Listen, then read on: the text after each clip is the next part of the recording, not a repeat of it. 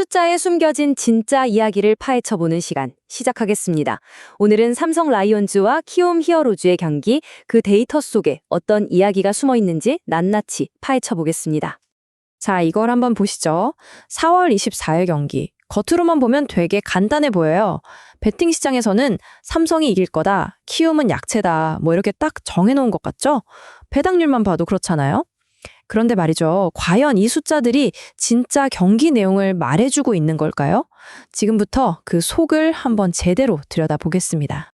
사실 뭐 이런 예측이 아예 이해가 안 가는 건 아니에요. 리그 순위만 땡 놓고 보면 보시는 것처럼 키움 히어로즈가 지금 리그 최하위, 꼴찌에 머물러 있으니까요. 그럼 여기서 진짜 질문이 나옵니다. 아니, 우세팀이 순위도 더 높은데 우리가 왜 이 경기를 굳이 이렇게 분석하고 있을까요? 바로 이겁니다. 표면 아래에 숨어있는 진짜 데이터는 완전히 다른 이야기를 하고 있거든요. 자, 모든 이야기는 바로 여기 투수 마운드에서부터 시작됩니다. 그리고 이 경기에는요, 경기 전체의 판도를 그냥 뒤집어 버릴 만큼 극명한 통계적 불균형이 존재합니다. 먼저 삼성의 선발 투수죠. 이승현 선수부터 한번 살펴보겠습니다. 와, 이 선수 평균 자책점 좀 보세요. 그냥 좀 부진하네, 이 수준이 아닙니다. 15.26. 이게 무슨 뜻이냐면요. 이 투수가 한 경기를 처음부터 끝까지 다 던진다고 가정하면 무려 15점이 넘는 점수를 내준다는 계산이에요. 이건 뭐 마운드에서 완전히 무너져 내렸다고 밖에는 설명이 안 되는 그런 숫자입니다. 그리고 이게 일시적인 현상이 아니라는 게 더 큰 문제입니다. 데이터를 보면 일관된 패턴이 보여요.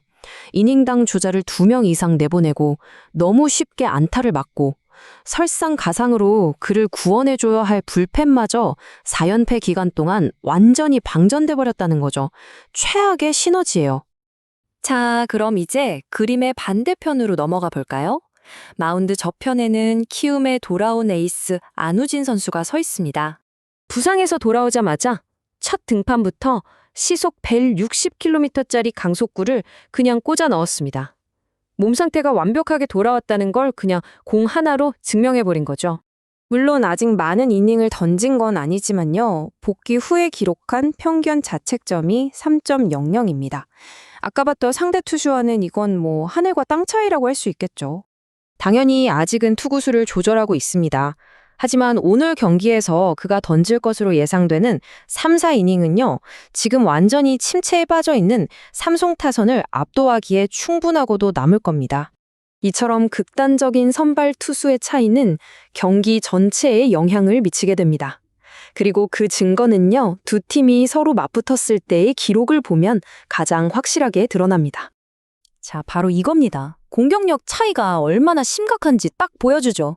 키움 타자들은 삼성을 만나기만 하면 팀 타율이 무려 3할 4푼 1이에요. 그냥 불방망이를 휘두르는 거죠. 그런데 반대로 삼성 타자들은 어떠냐? 1할 8푼 8리. 이건 뭐 상대 투수 공에 타이밍을 전혀 못 맞추고 있다는 얘기거든요. 이 그래프 크기 차이만 봐도 압도적이죠. 수비에서도 상황은 비슷합니다. 일방적이에요. 삼성이 무려 4개의 실책을 저지르는 동안 키움은 단 1개뿐이었습니다. 안 그래도 점수를 계속 내주는 투수 뒤에서 수비까지 흔들린다? 이건 정말 재앙으로 가는 지름길이죠. 하지만 제가 생각하는 가장 결정적인 통계는 따로 있습니다. 바로 클러치 상황, 그러니까 주자가 누상해 있을 때 두 팀의 집중력이 어떻게 달라지는지를 보여주는 데이터입니다. 자, 한번 보세요. 두 팀 모두 주자를 6명씩 남겼어요. 잔루는 똑같죠? 하지만 내용을 뜯어보면 완전히 다릅니다. 삼성은 안타를 딱 6개 치고 6명을 남겼어요. 이건 뭐죠? 득점 기회마다 전부 다 실패했다는 뜻입니다. 반면에 키움은 안타를 13개나 치면서 잔루가 6개밖에 안 돼요. 이건 주자가 나가면 어떻게든 홈으로 불러들였다는 강력한 증거입니다. 자, 그럼 정리해봅시다. 선발 투수는 극단적인 미스매치. 상대 전적 데이터는 완전히 일방적.